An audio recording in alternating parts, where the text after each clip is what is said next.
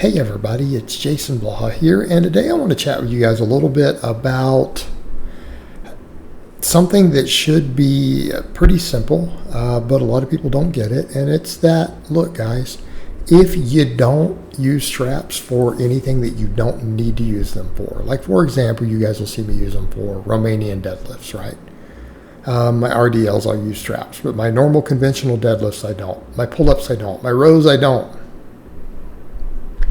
See me doing my hanging leg raises now without straps. Doing my deadlifting here with the stiff bar, which is harder to grip. All right, if we do all these things this way, guess what? We don't have to do extra grip training, okay? And it's the thing that baffles my mind is how many people who say things like, well, you know, if you don't use straps, your back will be limited. Really, my back isn't limited. I got plenty of back for an old guy. Granted, here I still haven't lost that extra loose skin and fat in the love handle area. I'm dieting down. Some of that will be gone again by the time this video comes out, but who cares? All right, I'm doing my pull-ups.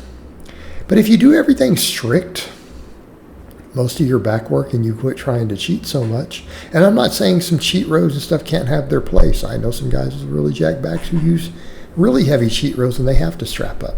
But if you're not doing cheat rows, you're actually doing things like your pull-ups from a dead hang. Okay, you're rowing pretty strict. All right, these are your grip training tools. They will build your forearms, they'll build your grip. And you know, when people say, well, I'll just do extra grip work, but you shouldn't have to. Okay, and here's my point. If you set the ego to the side on some of these back exercises, your grip is probably not going to limit you on them. Okay, I want to be clear there. Your grip's probably not going to limit you on them. Now, you start swinging all over the place. You know, half stroke your pull-ups. You do crazy cheat rows, whether it's a dumbbell or a barbell. Okay, grip may be a limiting factor. Might not be, though. You guys have seen me do some cheat rows, you know, quite a bit heavier than this without straps, just that my grip starts to really fatigue. It starts to limit my sets. But I still get a good back stimulus. But if you do all this stuff strict, it doesn't limit it, and then your forearms grow, your grip gets stronger. Okay, so you're actually cutting out the other stuff that you need to do. And I promise you it's not going to limit your back development. I don't know where people come up with this idea. Again, if you're doing cheat stuff, I get it. But if you're not, if you're doing those things relatively strict, guess what? Guess what? It's not going to limit your back, because your back is still going to probably fail around the time before your grip does. And if it doesn't, your grip will acclimate real quick. Okay? Again, notice my overall back development pretty good. I don't use straps for any of that stuff. Now, the difference is RDLs. Why? Well, because they're posterior chain. They're not that great of a back exercise. They're contributing, but the back is not the primary mover. You know, and we're using much, much heavier weights.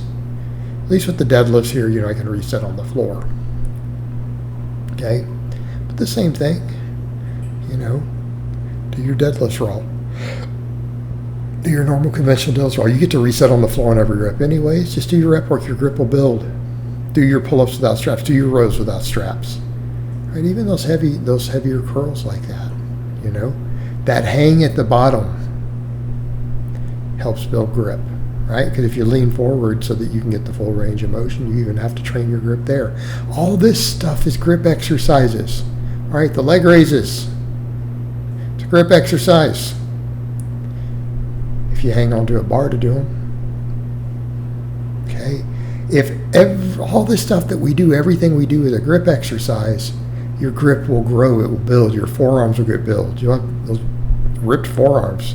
Certain exercises when I pull from the side dumbbells, people do say, oh, your forearms are way bigger than we realize. Yeah, you see them pulling something from the side. Okay. You have jacked forearms. You'll have a good grip without having to do extra stuff for it. It's great training economy. Hey, it's great training economy. And again, if you do everything this way, your grip will be strong. Your grip will be strong. It won't be an issue on things like your deadlifts. And I get clients who run these problems and I look at what they're doing. You know, I'll catch them strapping up for a one-arm dumbbell rows. Like, come on, lose it.